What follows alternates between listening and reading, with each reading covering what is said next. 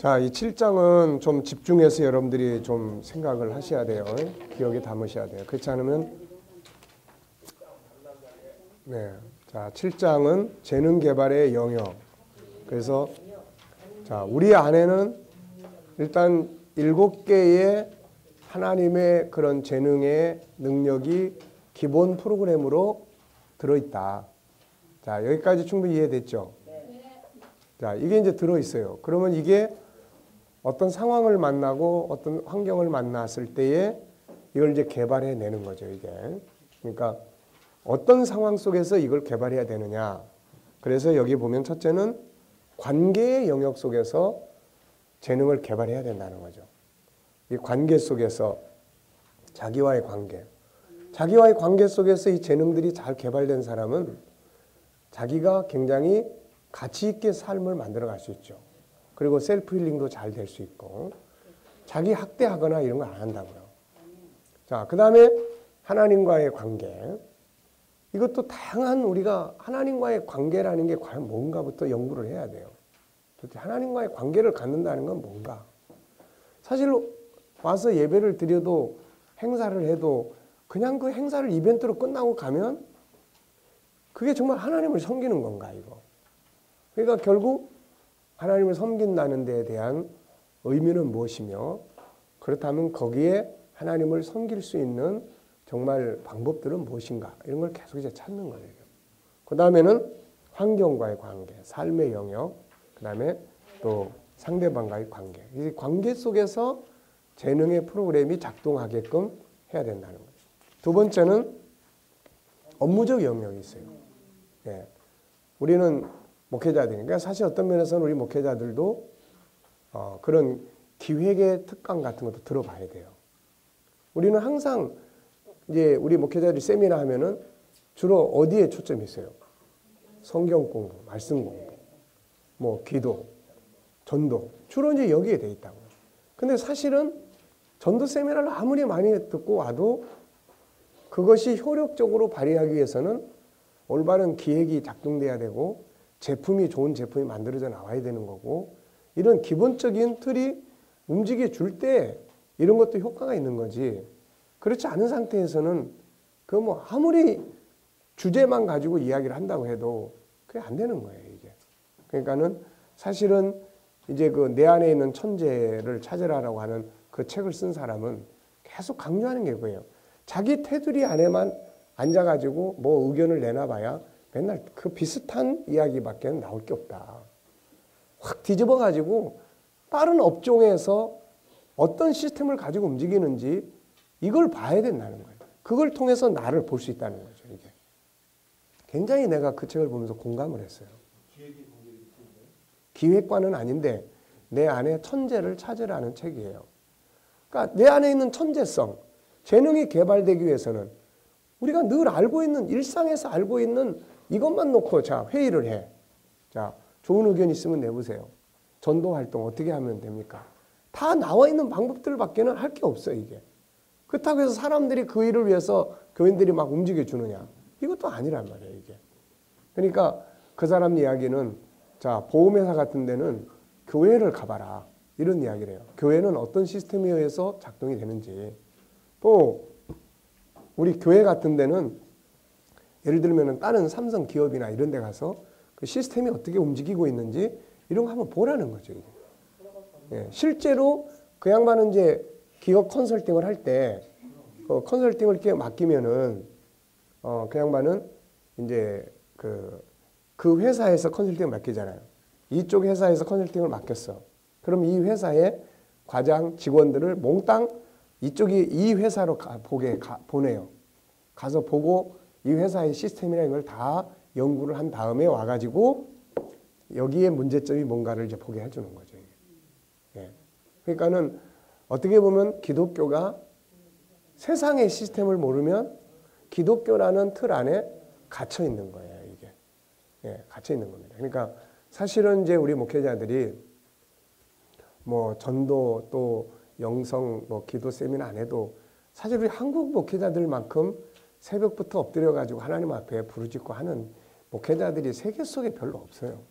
그러니까 이제는 우리가 가진 제품, 우리가 가지고 할 수 있는 틀을 어떻게 극대화시킬 수 있는지 하나님이 우리 안에 주신 능력을 이제는 끌어내는 이런 것들이 필요한 거예요, 이게. 그러니까 그렇게 하기 위해서는 정말 그런 어떤 바깥에서 하는 그런 뭐 다양한 이런 교육들을 받아야 되는데, 문제는 이제 이거는 완전히 기독교적 영역하고 이제 동떨어진 이야기란 말이에요, 이게. 그러다 보니까 그런 문제가 있고, 또 돈이 많이 들어가, 이게. 그게 아주 돈이 많이 들어가는 일들이 그런 걸 뭐 하려고 그러면은, 그런 유명한 뭐 서울대학 교수가 예를 들어서 이런 뭐 기획적 분야에 와서 특강을 한다. 우선 우리 기독교적인 거하고 우선 분리되어 있는 부분도 있고, 그 다음엔 이게 돈이 비싸. 뭐 코칭 지난번에 이야기했잖아요. 이틀 가서 내가 교육받는데 59만 원 내고, 이틀 토요일 날만 이틀 두 번 가서 하는데 59만 원 냈어요. 한 학기 동안 이제 6개월 동안 최상위 그룹의 자격을 취득하기 위해서는 6개월 동안 토요일만 교육을 받는데 600만 원 달라고 그러더라고요. 그러니까 일반 기업들은 그런 돈을 투자해서 자기 기업에 맞는 그런 코칭들을 받아요, 이게. 근데 우리는 그렇게 할 수도 없는 거예요. 얼마 전에 우리 교단에 다른 노회 이제 목사님하고 노회장 그때 이제 친구니까 대화하면서 이제 이런저런 이야기 나오는 가운데, 그런 뭐 코칭 이런 거 좀 훈련해봐 그랬더니, 글쎄 나도 생각은 있는데 가서 보니까 뭐 돈을 너무 많이 달라고 그래가지고 뭐 도저히 교육비가 비싸서 못하겠다는 거예요. 그러니까 그런 부분들이 지금 있다 보니까 세상은 발전하는데 우리는 울타리 안에 갇혀 있는 거예요, 이게. 그러니까 우리가 이런 복음 안에서 우리 얼마나 좋습니까? 굳이 무슨 뭐 바깥에서 그거는 가서 교육 안 받아도 돼요.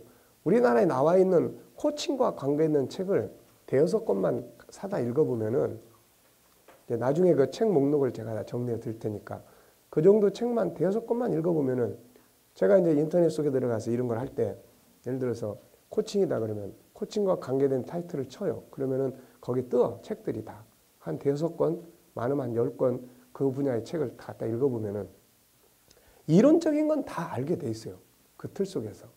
문제는 이게 우리 영역에다가 어떻게 활용을 해서 과연 우리의 목회의 영역, 우리 성도들 같으면은 공부하는 학생들은 학업의 영역, 그 다음에 이제 직장인들은 직업 업무의 영역을 어떻게 예수의 이름으로 극대화시켜 갈 거냐, 기독교인의 이름으로 어떻게 이거를 효과성 있게 극대화시켜 갈 거냐 하는 것들을 우리가 이제 만들어내서 예수의 이름으로 갔을 때 이게 우리가 원하는 상품이 되는 거예요, 이게. 네. 그러니까 그런 부분들을 우리가 기억을 하시고, 자, 그래서 이제 첫째는 항상 이게 우리 안에는 하나님의 능력 8가지가 기본적으로 프로그램이 깔려 있다. 근데 이게 그냥 연구하려면 너무 막연한 거예요. 그래서 어떤 분야하고 이게 만났을 때 이게 개발이 될 수 있는 거예요. 그래서 첫째는 관계 속에서, 두 번째는 업무적 영역에서. 그래서 업무 영역이 기획, 컨셉, 뭐 어떤 가치를, 우리가 설교를 1년 내내 하는데 추구하는 가치가 하나도 없어. 맨날 듣기는 좋은데. 그러면 나중에 1년, 2년 지나도 성도들 속에는 어떤 가치가 하나도 안 만들어지는 거예요. 그러니까 내가 계속 설교를 하지만 이 설교의 궁극적인 목표와 가치는 어디다 둘 거냐에 대한. 그럼 그걸 계속 듣는 사람은 어느 때쯤 가면 그 모습을 만들어질 수가 있는 거죠, 이게. 그 다음에 제품, 그 다음에 뭐 제품 제작, 변화 기술, 보급. 이 현대자동차나 이런 것도 보면은 소나타. 근데 뭐 내년 소나타는 또 약간 바꿔 또. 그거 뭐 많이 바꾸는 것도 아니에요. 약간 바꿔. 그러니까 이런 변화를 자꾸 주면 사람들이 그 변화 때문에, 사람은 내면의 세계는 뭐라고 그랬어요? 계속 추구하는 본성이 있는 거예요. 천국이 그 안에 있기 때문에 계속 기존에 타던 것들을 바꾸고 싶어. 네, 근데 내용은 별로 다른 게 하나도 없는데 약간 바뀐 것 때문에 또 바꾸는 거예요. 이런 심리를 이용하는 거죠, 이게. 그 다음 보고 가진 걸 어떻게 효과적으로 나눌 거냐. 관계 시스템이에요, 이거. 관계.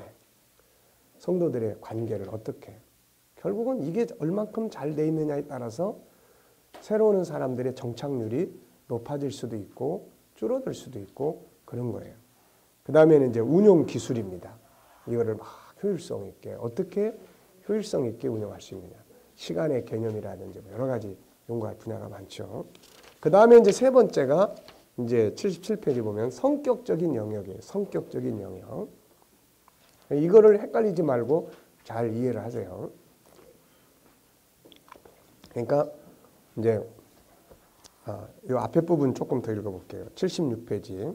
여기서는 업무적 영역에 대한 이야기입니다. 그래서 생각을 바꿔볼 수는 없을까? 그래서 이 생각의 기능을 다루는 것이 52과예요. 다음에 우리가 다룰 거는 52과를 다뤄야 돼요. 이게 생각의 기능입니다. 이게 원래 한 70과, 80과 이렇게 됐는데 너무 길어서 좀 줄였는데 52과 정도예요. 그러니까 그만큼 생각과 관계된 영역이 많다는 거예요. 이게 그만큼. 근데 우리는 그만큼 생각의 영역을 안 쓰고 있는 거예요. 이게. 난 생각하기 싫어. 아닌 게 아니라 어떤 때는 생각을 탁 비워놓고 필요할 때가 있어요. 그때는 또 다른 생각을 하기 위한 비움이죠. 비움. 그러니까 그렇게 많은 생각을 우리가 활용하지 못해서 일을 그냥 효과 있게 하지 못한다고 하는 것은 하나님의 책임도 아니고 그건 우리의 책임이라고요. 그게. 줬는데도 왜 안 쓰냔 말이에요. 그러니까 현대 우리 생활 문명 문화 자체가 생각을 하지 못하게 만드는 거예요. 이게. 생각을 하지 못하게. 옛날에는 다 생각하면 살 수밖에 없었어요.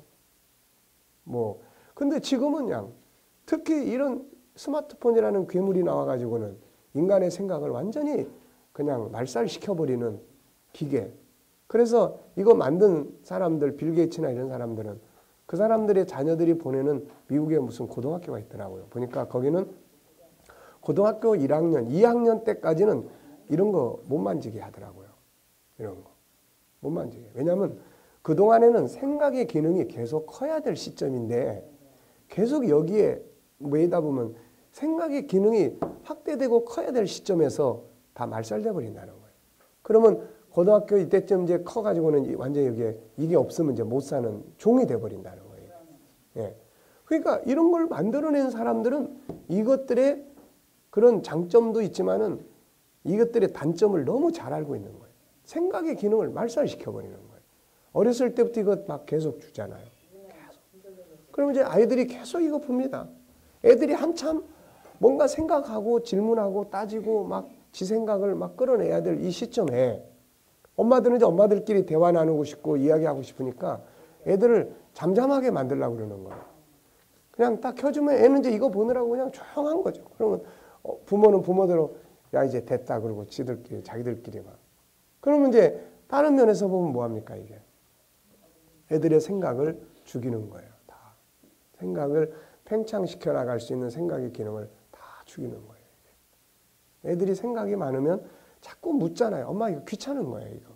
자꾸 물으니까 아주 그냥 피곤하고 힘드니까 애들을 그냥 기계로 딱 만들어 놓아버리는 거죠. 그런데 목사님, 이 스마트폰을 접속해서 아이들이 그걸 가져서 그 스마트폰에서 예술에 들어가기 시작하면 우리 여기에 조장에 비해서 앞에서 생각의 기능을 할 수 있는 걸 더 이상 아무 생각을 못 하도록 걔들이 딱 가르쳤는데 한 번 그 내용을 읽어보고 본 적이 있거든요. 네. 그래서 아이들이 지금들이 공부를 하고 싶어도 공부할 수 있는 영역을 이미 그걸로 다 빼앗겨 버렸기 때문에 이 생각 속에서 스마트폰이라는 의미에 들어간 것이 학교 가서 공부할 때 그것을 모르게 전부 차단시키는 거예요. 네. 그러니까 생각을 말살시키는 거죠, 이게. 그래서 굉장히 그런 게 이제 위험한 거죠.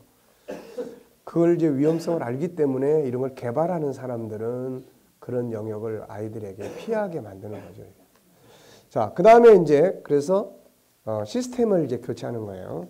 현대 경제적 창출. OECD에서 교육기술국장 겸 사무총장 교육정책 특별자문을 맡고 있는 안드레아스 슬라이어는 이렇게 말을 했어요.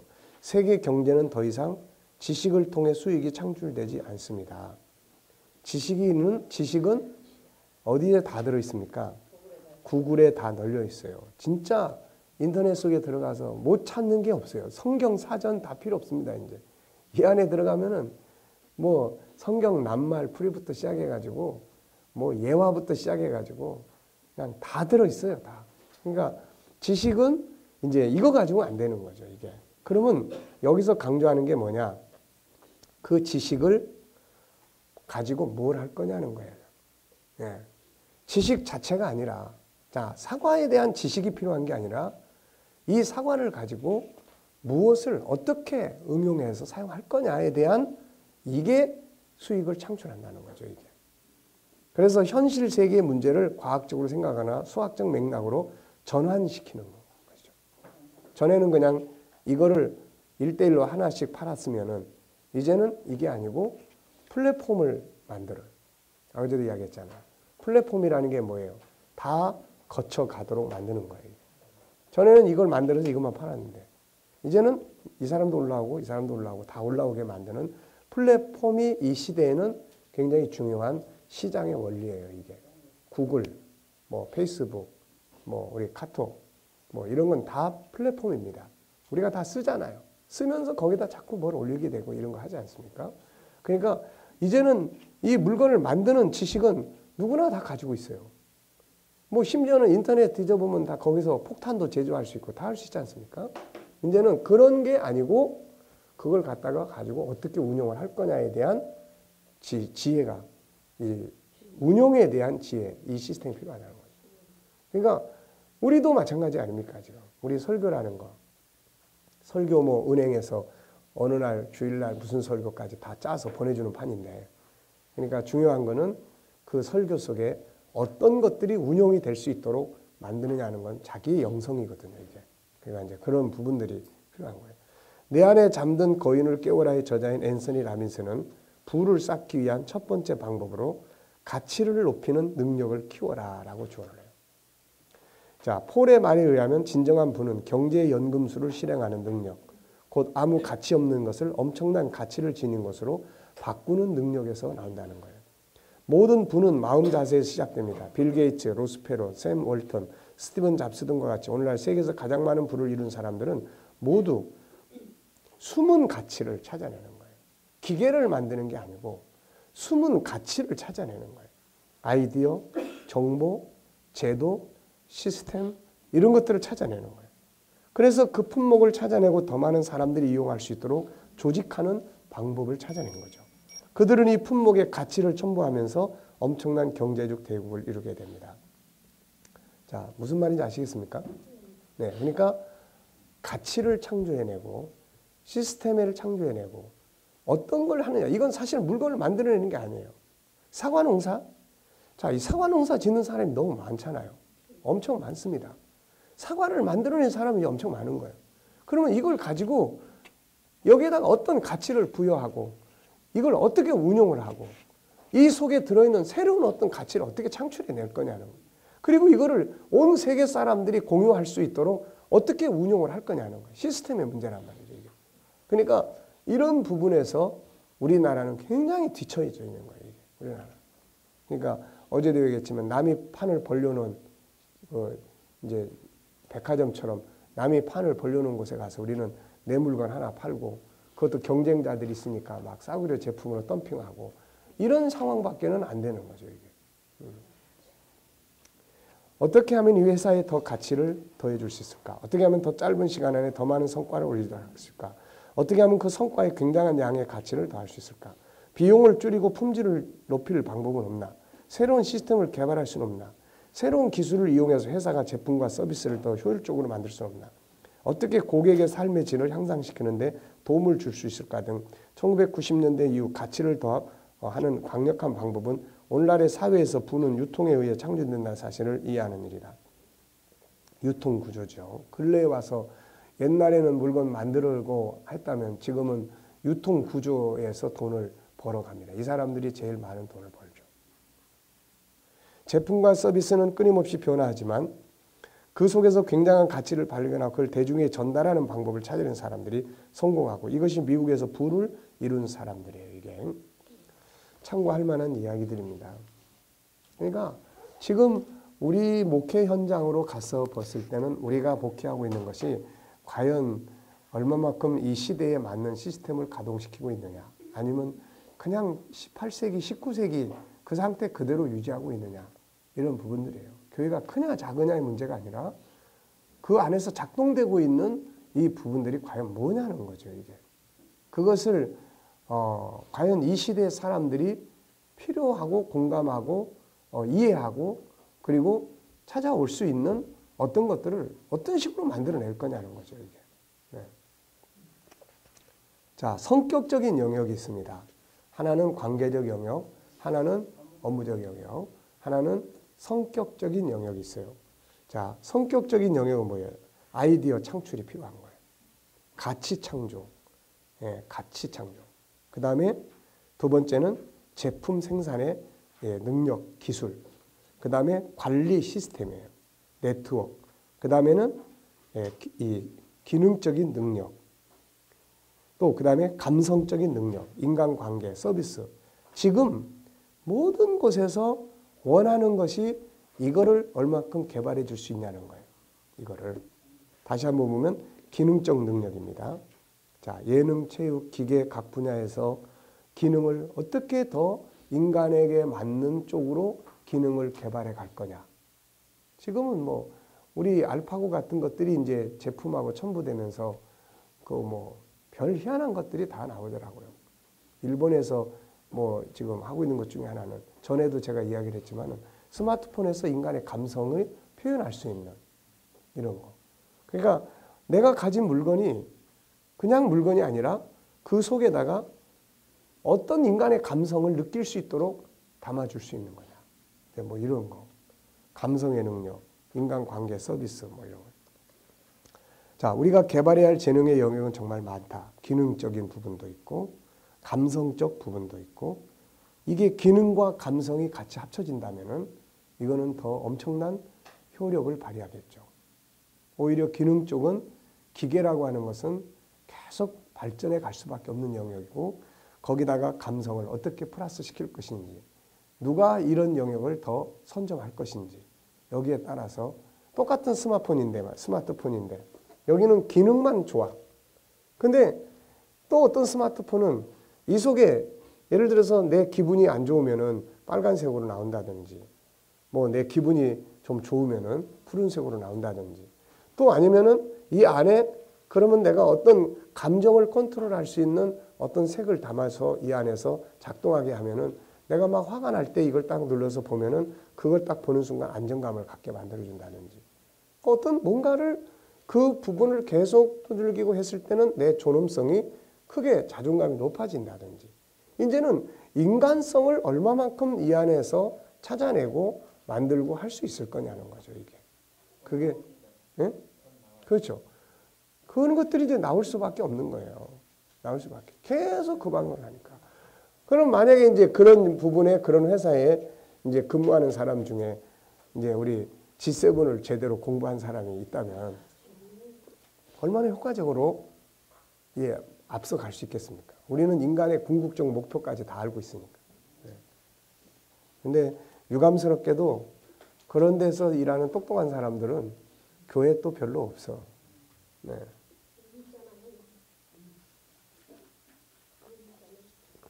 네, 여기는 보고만 해서 똑똑하신 분들이고. 자, 어쨌든 시대 흐름은 이렇다는 거죠. 자, 기능적 부분, 감성적 부분, 창조적 부분, 가치적 부분, 생산 부분, 시스템, 운영적 부분 등 다양합니다. 물론 우리는 혼자서 이 모든 영역을 다 할 수는 없어요. 그중에서 자신이 가장 잘하고 있는 부분을 찾고 선택하는 것이 필요합니다. 그러나 경우에 따라서는 전혀 다른 업무를 담당해 볼 때 그곳에서 자기 재능이 더 풍성하게 개발될 수 있어요.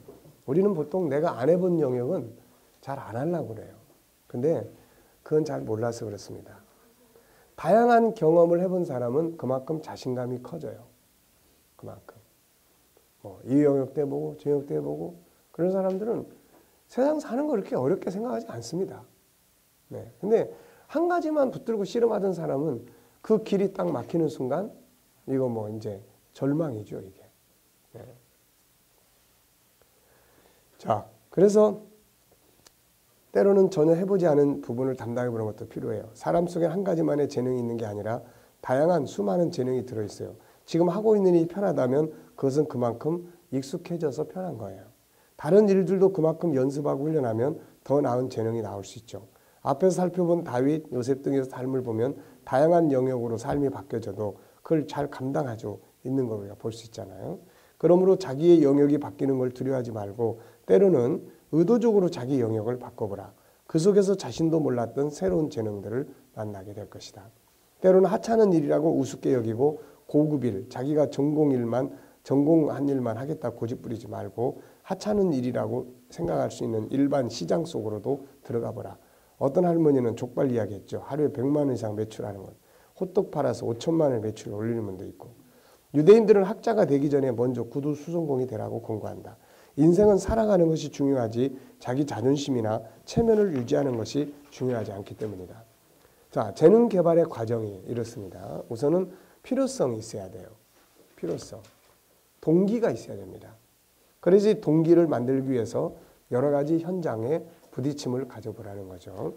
방법을 찾습니다. 정보, 질문, 아이디어, 기술 습득이에요. 방법을 찾는 거는 정보, 다양한 정보들을 이렇게 들여다보고 익숙해지면은 그 속에서 이제 이 동기를 이제 발전시킬 수 있는, 현장화시킬 수 있는 재능을 만들어낼 수가 있어요.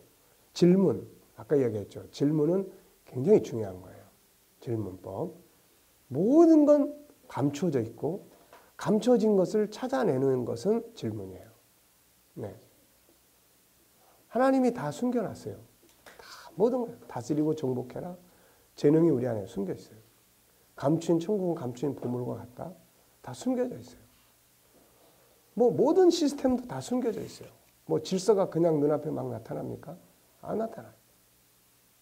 이런 세계적 네트워크라는 것을 과연 누가 상상을 했겠습니까? 이거 옛날에는 배로 상품 실어다가 갖다가 팔고 이랬는데 이제는 뭐 인터넷이라는 이 안에서 지금도 세계 모든 물건 여기서 다 사고 팔고 다 해버리니까 그런 네트워크를 깐다는 거죠. 이게. 네. 그러니까 그런 부분들에 대해서 이제 정보 이런 걸 아는 거예요. 정보를 아는 거예요. 세계가 어떻게 흘러갈 것이다. 결국 세계는 얼마만큼 그러니까 결국 그거야. 우리가 항상 밑에 있는 맨 밑에 있을 거냐 산 위에서 전체를 보고 살 거냐 이런 문제예요. 그래서 이 뒤에도 그런 게 나옵니다만은 세계를 넓게 보는 것이 굉장히 중요한 거예요. 자, 방법, 이제 아이디어, 기술 습득, 그 다음에 장애 요인을 이제 제거를 해야 돼요. 아이디어를 개발하고 하는 데는 일단 기존의 방식이라고 하는 것이 이게 아주 큰 장애물이에요. 이거. 네. 기존의 방식 그리고 익숙해 있는 나의 어떤 안일한 습관. 자, 지금도 여러분들이 만약에 내가 편안한 이 삶이 있는데 굳이 그걸 다 팽개쳐 놓고 엉뚱한 일을 시작한다면은 자, 우리 여기 여성분들 어떻게 남편이 만약에 그런다면은 하라 그러겠어요? 하지 말라고 그러겠어요?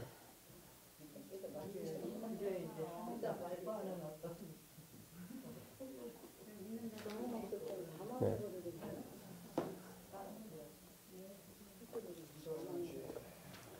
이게 그래서 못 바꾸는 거예요. 그래서 안 바뀌어지는 거예요. 그 다음에는 이제 활용이고 반복입니다. 이게 한번 읽어보죠. 밑에 동기의 탄생. 재능을 개발하기 위해서는 동기가 필요합니다. 스스로 무엇인가를 연구할 수 있지만 모든 재능은 대부분이 다 어떤 현장에서 또 새로운 변화와 발전을 모색할 때 어떤 문제가 나타났을 때 해결하기 위해서 또 다른 분야를 보거나 다른 것들을 여행하거나 참여하게 될 때 동기가 발생을 합니다. 지금도 여러분들이 여기 와서 지금 정보를 듣고 있잖아요. 여기에 정보를 들으면서 어떻습니까? 뭔가를 해야 되겠다 하는 동기가 지금 생기고 있죠. 안 생깁니까? 안 생기는 분들은 조는 분들이야. 생기고 있죠. 네. 동기가 생기는 거예요, 이게. 그 다음에 이제 동기만 가지면 안 되잖아요. 그 다음에 뭐가 필요해, 이제 방법 찾아내야 돼요. 방법은 어디에 있어요? 정보, 책, 교육, 질문, 호기심. 예를 들어서 여러분들이 가시면서 나는 이대로 있어도 이대로 가도 되는가? 이 질문만 며칠 동안만 해보세요. 이거. 일본의 어느 상담학자는 상담하러 오는 사람한테 딱 3가지 질문만 해요. 이 3가지를 질문 하나를 한 주 동안 하고 2주 동안 하고 스스로 그 질문에 대한 답을 얻을 수 있도록. 예를 들어서 어머니에 대한 상담을 하면은 어머니한테 받은 것은 무엇입니까? 라는 질문을 줘요. 그럼 이 사람은 일주일 내내 이제 어머니한테 받은 건 뭔가? 어머니한테 뭘 받았나? 응? 그것만 하는 거예요. 그것만. 그 다음에 또 2번째는 어떤 질문을 주냐면 드릴 것은 무엇인가? 어머니한테 드릴 것은 무엇인가? 이것만 또 계속 하면서 이제 자기가 그 속에서 뭐가 일어나요? 이제 반성이 일어나기 시작하는 거예요. 이제. 반성. 그 다음에 3번째 또 뭐 하나 있는데 그건 나중에 생각나면 말씀드릴게요. 네. 일본의 어떤 심리학자 이야기인데요. 네.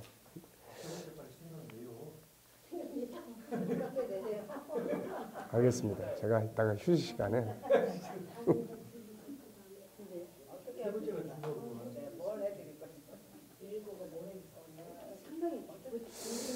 어머니에게 어떤 근심을 주고 있는가 뭐 이런 거이신 것 같은데 어쨌든 그 3가지 질문을 이렇게 해요. 그러면 상당히 좋은 아들로 바꿔지겠는데. 그렇죠.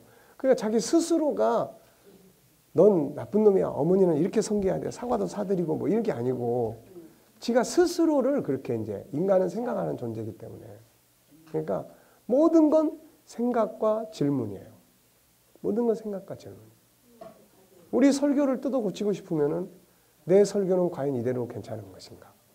이 질문을 하고 내 설교를 계속 검토를 해보세요. 네. 그러니까 그런 부분입니다. 그 다음에는 뭐예요? 이제 장애 요인이에요. 뭔가 새로운 변화를 시도할 때는 다양한 장애 요인들이 등장합니다. 우선 주변의 시선이에요. 안 해보던 걸 하려고 그러니까 주변에 자꾸 쳐다봐, 째려보고. 또 말이에요. 말. 평안함에 젖은 안일주의, 부정적인 생각, 주변의 환경, 변화에 대한 실제적 어려움, 안 해보던 것을 하게 됐을 때 어색함. 이게 다 장애물이에요. 이거. 이런 것들을 제거하는 과정에서 자신의 재능의 창고가 열리게 되는 거죠. 그 다음에는 활용과 반복, 훈련의 과정이에요. 실컷 연구하고 새로운 변화를 주었는데 활용하지 않아. 아무 필요 없는 거예요. 다음에는 아예 연구도 하지 않으려고 합니다. 해봐야 소용없는데 라는 생각이 학습되는 거예요. 옛말에 칼을 뽑았으면 무라도 배부라는 말이 있는데 그런 의미예요. 일단 연구된 것을 활용해 보는 게 중요해요. 실패가 나오면 이걸 토대로 다시 연구하고 또 연구하면 새로운 제품들이 탄생하는 거예요.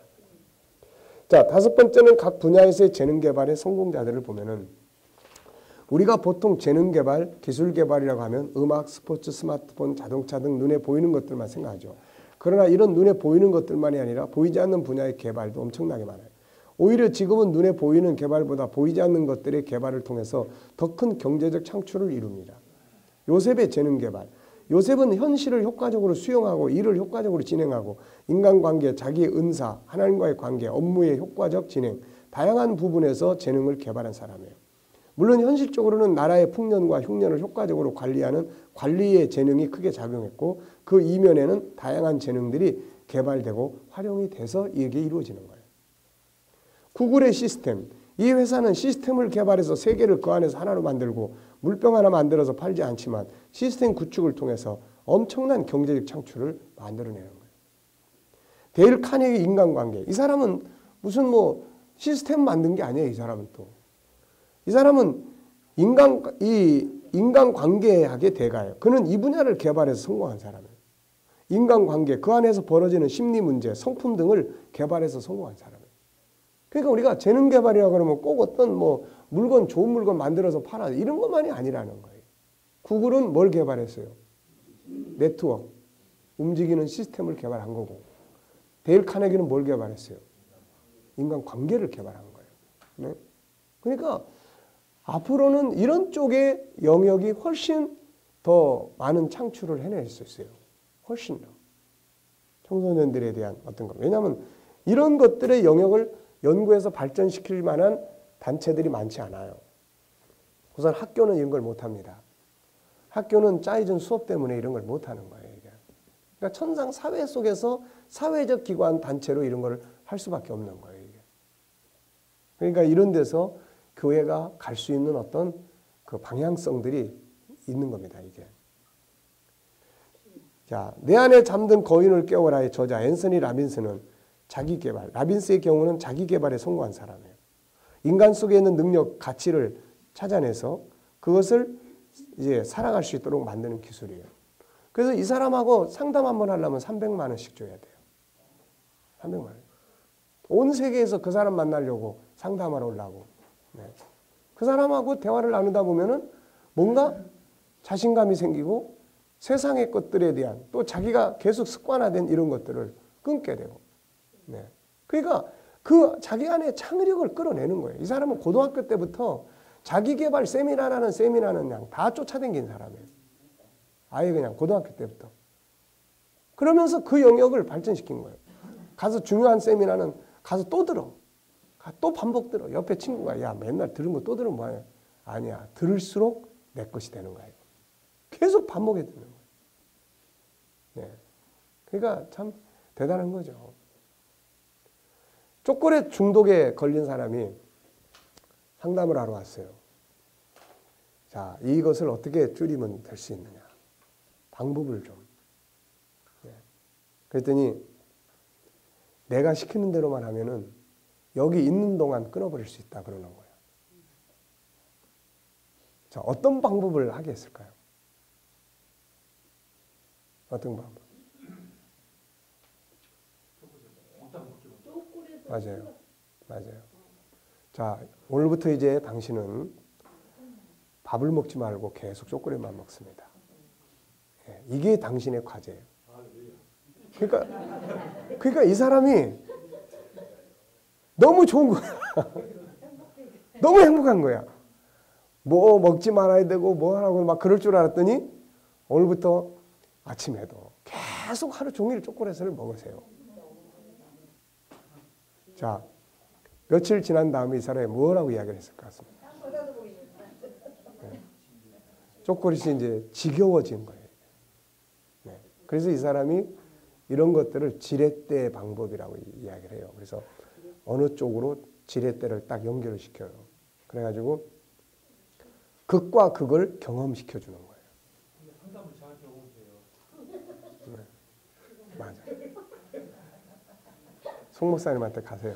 저는 200만 원 받아드릴게요.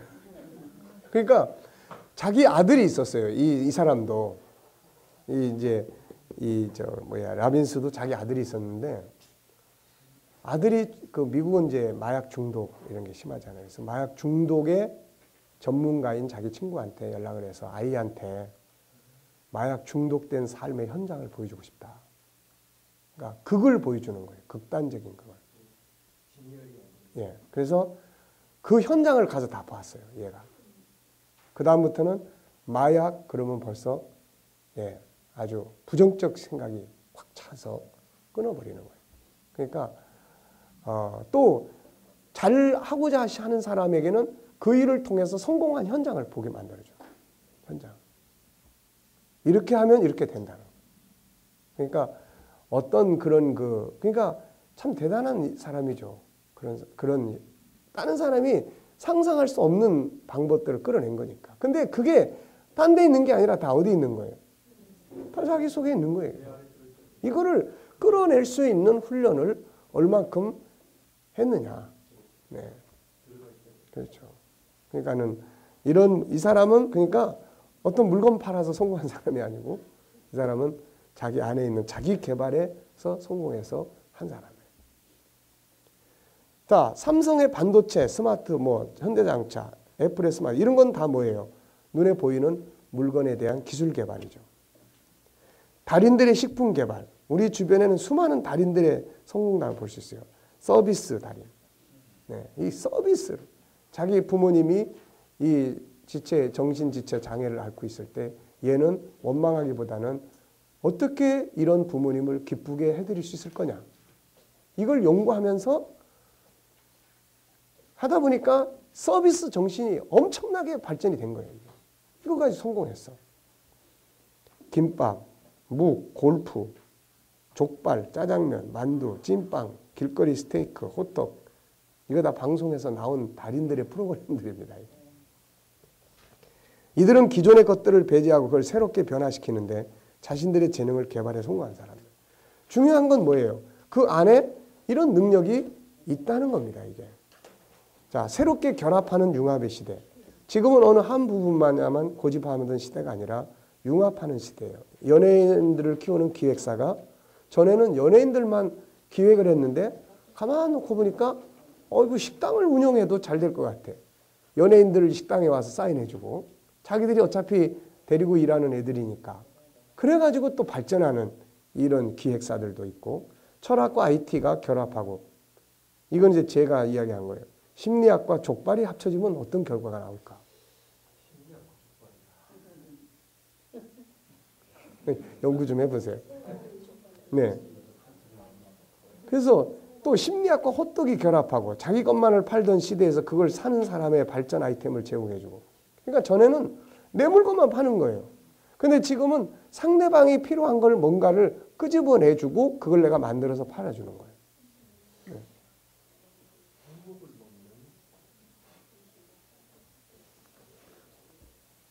자, 그래서 예술과 과학이 결합하고 수학과 스포츠가 결합하는 등의 다양한 변화들이 일어나고 있죠. 이런 상황에서 지금 내가 하고 있는 일들에 뭘 결합하면 새로운 영역이 창조될 수 있는 것인가를 생각을 해보는 거예요. 그리고 부딪혀봐야 되는 거예요. 결합한 것의 맛이 어떻게 되는 건지를 먹어봐야지 계산상으로만 해가지고 안 되잖아요. 제가 비빔밥 좋아해요. 네. 그게 융합이야. 융합의 원리. 우리 송 목사님은 아는 게 너무 많아요. 자, 세상엔 개발할 영역이 너무 많죠. 단순한 제품 세상만이 아니라. 자, 잘 보세요. 하나님이 이거를 다 만들어 놨어요. 가치, 질서, 어떤 룰, 시스템, 또 물건의 그런 어떤 원료, 전부 다 세상에다 다 만들어 놓은 거예요. 근데 이게 숨겨져 있는 거예요. 이거를 끌어내서 뭔가 융합하고 하고 하는 거는 우리 속에 있는 거예요. 그러면 이 둘 사이에 뭐가 필요하겠어요? 둘 사이에. 이걸 찾아내고 내 안에 있는 것이 이걸 뭔가 만들어낼 수 있도록 하기 위해서는 많이 필요한 것들이 많지만 우선 제일 중요한 건 질문이에요. 질문. 그리고 관심입니다. 호기심과 관심. 하나님이 다스리라고 했으니까 내가 이걸 어떻게 다스릴 수 있을 거냐. 여기에 대한 관심, 사명감, 책임감. 그러면 나머지는 다 있는 거예요. 다 있는 거예요. 시대가 아무리 먹거리가 없다 그러지만은 그건 아직 답을 못 찾았다는 이야기일 뿐이에요. 이미 앞에 가는 나라들은 그 답을 찾아서 이끌어 가는 거고 우리는 그 답을 못 찾고 있는 거예요. 지금. 다 있는데 널려 있는데. 단순한 제품 생산만이 아니라 이제 가치, 생각, 시스템, 성품, 자기개발, 심리치료, 코칭, 멘토링 등 보이지 않는 영역에서 개발할 영역이 엄청나게 확대돼요. 이런 세상에서 하나의 길만 보고 가서는 안 되죠. 물론 어떤 분야든지 달인이 되기까지는 최소한 10년에서 20년, 30년의 시간이 필요해지죠. 그러나 재능은 한 가지만 있는 게 아니라 다양한 재능이 우리 안에 있으며 개발할 영역 역시 하나만 있는 게 아니라 수많은 영역들이 있다는 것을 우리는 이제 알아야 됩니다. 여기서 이제 이야기해주고 싶은 거는 우리가 알아야 되는 거는 이거를 인식하고 사는 거예요. 이거를 내 안에 이런 것들을 기본적으로 할 수 있는 재능이 하나님의 능력이 담겨져 있다. 그러니까 이거를 우리는 늘 개발해내고 이게 사명이에요. 하나님이 우리에게 다스리라고 창세기 1장 28절을 이루기 위한 사명이란 말이죠. 그리고 우리 교회는 이런 리더십을 가져줘야 돼요. 우리 목사님들이 보통 이런 이야기들을 하고 그러면은 아니 심리학 뭐 이런 거 밖에서 다 듣고 뭐 했는데 뭘 또 그러냐. 근데 그건 몰라서 하는 이야기예요. 아까 이야기했잖아요. 밖에서 듣고 했던 것들은 실제로 본인이 사용도 못해요. 그거 사용하려면요. 그 분야에서 최소한 10년, 20년 하지 않으면 사용 못합니다. 자기 자신이 이해하기도 힘들어요. 그건. 그러니까 우리는 하나님의 말씀, 성경 안에서 이런 부분들을 다 찾아내서 복음을 현장화하기 위한 것이기 때문에 이걸 그렇게 비교를 하면 이건 안 되는 거예요. 이거는. 그래서 우리는 이 안에 있는 것들을 끌어내서 성도들이 세상에 나가서 빛을 발할 수 있는 이런 리더십을 만들어 주는 것이 교회가 가져야 될 리더십이라고요. 이거. 그게 가져야 돼. 그러니까 그런 부분들을 우리는 기여를 해야 됩니다. 이런 속에서 고정관념을 가지고 공연히 환경 탓하고 사회 구조를 탓하고 금수저니 은수저니 하면서 가보지도 않은 길을 포기하는 것은 어리석은 거예요. 글로벌 시대에 걸맞는 안목을 가지고 세계 속에서 내가 뭘 할 것인가를 연구할 수 있어야 되는 거죠. 자, 당신은 어떤 인생을 살고 있는 사람인가? 재능 개발은 나의 행복 그리고 사회 모든 사람의 행복을 위한 도구예요. 자, 이것을 잘 기억해야 됩니다. 1단계는 건강하게 살지만 뭐예요? 자기만을 위한 삶을 살아요. 두 번째는 영향력을 미치는 사람이에요. 세 번째는 변화 이끌어가는 거예요. 우리 교회에 나오는 성도들을 이렇게 만드는 것은 누구의 역할입니까? 우리들의 역할이에요. 그러면 이렇게 살아가고 이렇게 인정을 받으면 어떻습니까? 그들을 통해서 복음은 어떻게 돼요? 전해지게 되는 거예요. 그들을 통해서 사람들은 오게 되는 겁니다. 교회 안에 사람만 있으면 안 돼요. 그렇게 만들어줄 수 있는 어떤 제품이 있어야 된다고요. 이게 있어야 사람들이 그걸 배우려고 오는 거예요. 이거. 네. 그 다음에는 잘못된 삶의 단계를 보면 뒤집어서 보면 1단계는 뭐예요? 자기 삶도 스스로 지탱을 못하는 거예요. 항상 남에게 피해를 주게 되고 항상 남의 신세를 져야 되고 네. 이게요 주변 환경 때문이 아닙니다. 이거 우리 잘 알아야 돼요. 자기 안에 있는 재능을 극대화시키고 프로화시키지 못하는 데서 생기는 현실이에요. 현상이에요. 이게. 그 다음에 2단계는 뭐예요? 환경에 지배당하면서 사회와 세상을 원망만 하며 사는 삶을 살아요. 세 번째 단계는 뭐예요? 남에게 피해를 줘요. 남을 괴롭히고 남의 것을 피해를 주게 되고. 그러니까 하나님이 우리를 세상에 보낼 때 어떻게 살라고 보냈어요? 변화를 이끌어가는 삶, 세상을 다스리라는 사람으로 그렇게 보낸 겁니다. 이거. 그거는 그렇게 하지 못하는 현실적 이유는 뭐 우리 집은 원래 그래서 나는 그런 환경에서 컸기 때문에 뭐 도와줄 사람이 없어서. 근데 그렇지가 않아요. 그건 1차적 원인들이에요. 2차적 원인은 내가 나를 전문화시키지 못하기 때문에. 나를 전문화시키지 못해. 그 텔레비에 나온 어떤 그 KBS인가 어디에서 그런 이제 성공한 사람들이 나와서 이렇게 하는 내용이 나와요. 자기 쉽게 말해서 고백하는 혹시 그런 거 보셨나요? 그 중에 어떤 이제 그 대학교의 의대에 합격한 아이가 나와서 이야기를 해요. 부모가 일찍 다 이혼하고 또 돌아가시고 그래서 할머니 손에서 컸어요. 근데 할머니가 80이 넘었어요.